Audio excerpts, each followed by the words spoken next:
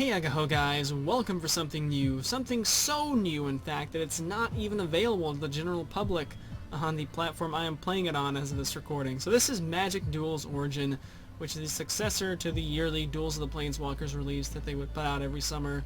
You know, it was like a $15 video game type thing on Steam and I think also Xbox. You know, it was alright for what it was. Kind of a little more simplified entry point to teach people the game and whatnot. Basically, you got pre-constructed theme decks that you could modify slightly, and that was all well and good. You could play against other people online, you know, pretty okay. But, you know, it kind of lacked that, you know, build your own deck from the ground up type sort of thing. And from what I can tell, Magic 2015, the version last year, was not the best received of the bunch. So we got a completely different paradigm that's going to be going forth with this. So the previous ones were, you know, they were, pay and then, you know, you get the game. This is more of the free-to-play model, where this is a free one to start out, and you know you can earn everything in the game, all the cards and whatnot. You know, of course, you have the option to do other stuff as well. But yeah, so this is going to be replacing the yearly model, and every time there's a new paper set, there's going to be at least a portion of those cards added to this. So this is going to be a a new facet to the Magic universe, which if you don't know what we're talking about, I'm glad that you made it this far so I can tell you. This is Magic the Gathering, which, if you don't know what that is the original trading card game, the very first one, made in 1993, and still the #1 trading card game in the world today. There's a bunch of them, but Magic is still the original and still #1. So as for why we are doing this, well, my boss, MTG Xerxes, you know, the guy who started the whole, narrate a Pokemon battle and upload it to YouTube, those videos are pretty popular these days, and he was the one who started that. So he has been a lifetime MTG player. I mean, it's right there in his name, MTG. So we've kind of played some of the on the previous Duels games with him in the past, and so he got contacted by Wizards to kind of do some promotion for the game, get early access, and good stuff like that. And since we're probably gonna be playing with him, he looped myself as well as Superblaw and Gubs, two people who you might know. And along with him, so we're going to be making videos as well. It's going to be a grand old time. So let's take a look at these modes here. Not going to go in super detail because I think Xerxes did a really good job on his video. Definitely going to put links to Xerxes, Blah, and Gubs. Those will be in the description, so you can go and check those guys out as well. They're going to be featured on this channel in multiplayer battles, so you're going to get to know them one way or another. So I guess it also bears mentioning that those of you who have been with me a while know that my background is in the Pokemon trading card game. That's what I played growing up. And maybe you're like me and maybe you know how to play Pokemon, maybe you don't. But you look at Magic and you're like, it's been around so long. It looks really complicated. I don't think it's I'm gonna really be able to learn how to play this. And that's what I thought, and I was wrong. Just by combining what I know from playing Pokemon and watching Xerxes' videos of the older Duels of the Planeswalkers games, I was able to pick it up pretty well. And apparently it works the other way as well, because he was able to learn how to play Pokemon trading card game from watching my videos of it. So if you know how to play one, you can probably make the jump to the other pretty well. It seems to be the case anyway. And even if you don't know how to play one or the other already, then this game with its tutorials in and of itself is already a fantastic teaching tool. It's probably about as good a time as any to learn how to play Magic. So anyway, we will go ahead and take a look at the modes right quick. We got story mode, which is your campaign. You're probably gonna want to start out here and get your initial stockpile of coins going on. There's battle mode, which is probably where you'll spend most of your time. This is where you can play against other people online, either against friends or random matchup, or just beat up the AI. With whatever deck you want. Card collection, just as it says, view your card collection. Quests, you've probably seen this in various other games. Every day you get an objective like win a certain number of duels with a certain type of deck, and that so far that's one of the things that it's been. There's obviously only been out a few days for us, even for us, with the early access, so we don't quite know what the full scope of quests is going to be. But you know, stuff like that, might be familiar with that. And then help and options to set your controls and whatnot. Including if you got, I believe you could even use the Xbox One controller with this, even if you're playing on Steam. Which, you know, again, we have early access right here. We're playing on Steam on PC. But it's actually already out on iOS, so if you have one of the Apple devices that can run it, definitely check the App Store. We'll actually put a link to that in the description. You can go ahead and start playing it right now. But if you don't, then you know, you can certainly wait for the Steam release, which will be soon. I can't quite tell you exactly when. It's definitely before the end of the month. But it's going to be very soon, and I believe it'll also be out on Xbox One coming later, and maybe some other platforms as well. So we'll put links to at least the Steam version, and you know, some other stuff in the description as it continues to come out. So with that, let's get into the main part of this video, which is we're going to click up here at the store.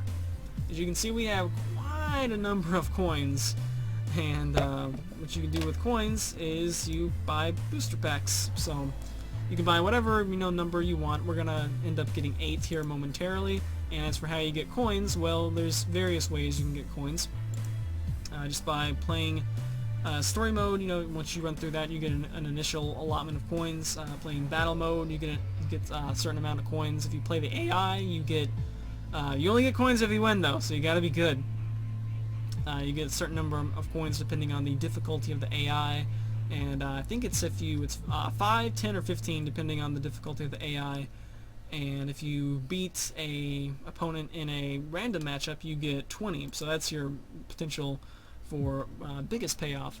And of course, if you want, you can also get coins by doing it this way. So if you buy coins with the real monies, you definitely get more bang for your buck by buying in bulk. As you can see there's 150, which the price of a pack, if you noticed before, was 150.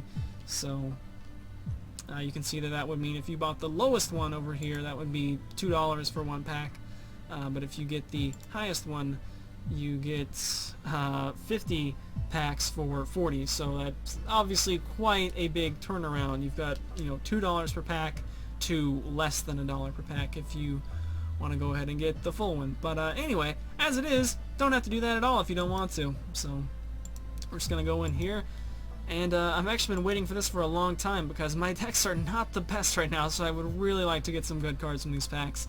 But yeah, it doesn't matter here, it's all the same ratio. So you know, if you want to just get a pack every time you get the option to have 150 coins, go ahead and grab a pack and see, hey, maybe you can upgrade your deck a little bit. I've kind of been saving up for this so I could actually make this video, so let's go ahead and click that now. And the main reason that I didn't get packs before the time is that as far as I know, as far as I can tell, as soon as you buy a pack, well, you gotta go ahead and open it right there. The game really wants you to go ahead and see what you got. So got some nice Chandra pack art going on here. Let's see what we got. We got 8 of these, and it's 6 card packs. Alright, let's see what we got. So we got Cleric of the Forward Order. You can see we got a couple of the colors represented here.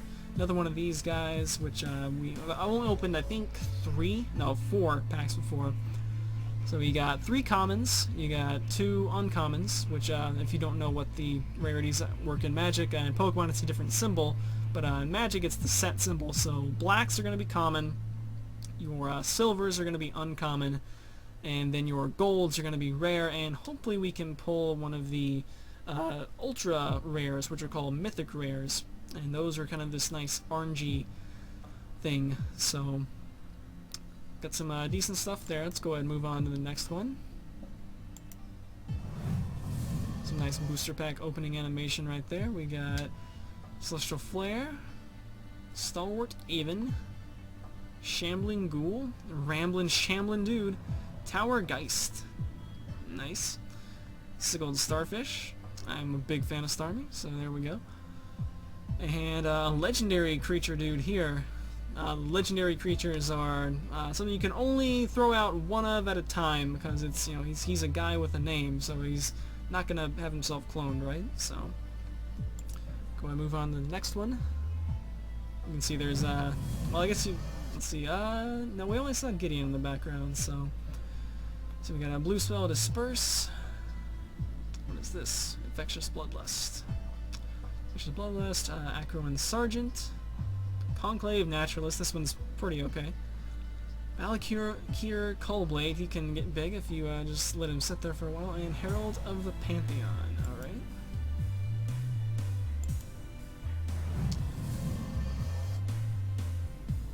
We got Aspiring Aeronauts. Bellows Lizard. I haven't actually seen this one. Okay, he's got he's a 1-drop and he has a somewhat expensive fire breathing ability. I guess that's why he's alright. I guess maybe. It says Pilgrimage. Thunderclap Wyvern. This one's pretty good. You know, if you're not familiar with Magic, you probably have no idea what are some of these stuff that are going on. Flying? Flash? Huh? But they will be explained in due time. Patron of the Valiant and Tragic Arrogance. For each player you choose among them. Ah, nice.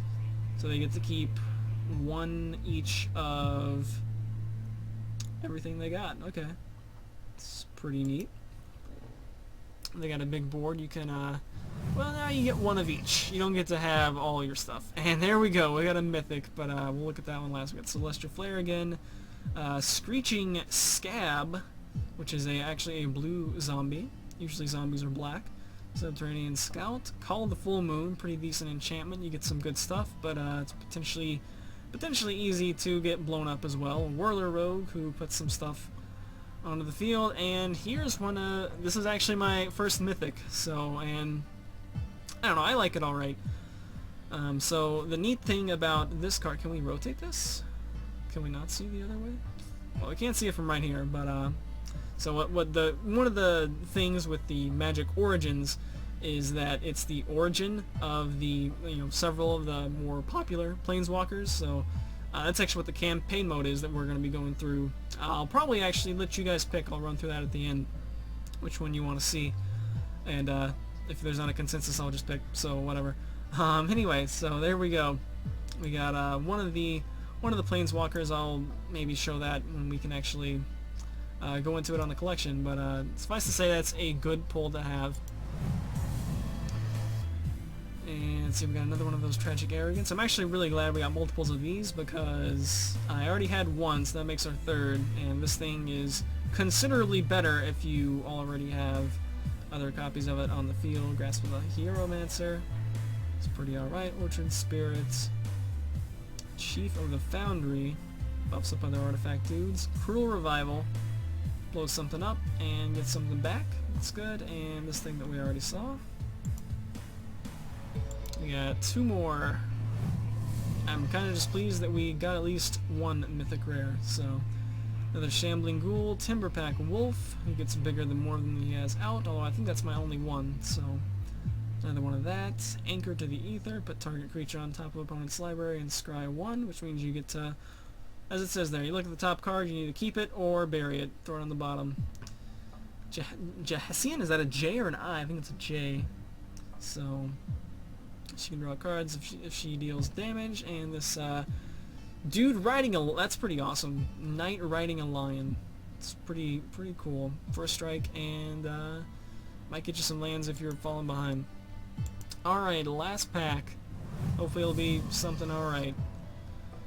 Oh yeah, I actually wasn't sure if this one was in here or not. Nice. Alright, I'll get to that one in a second. So Taupe Free Blade, Vigilance is always nice.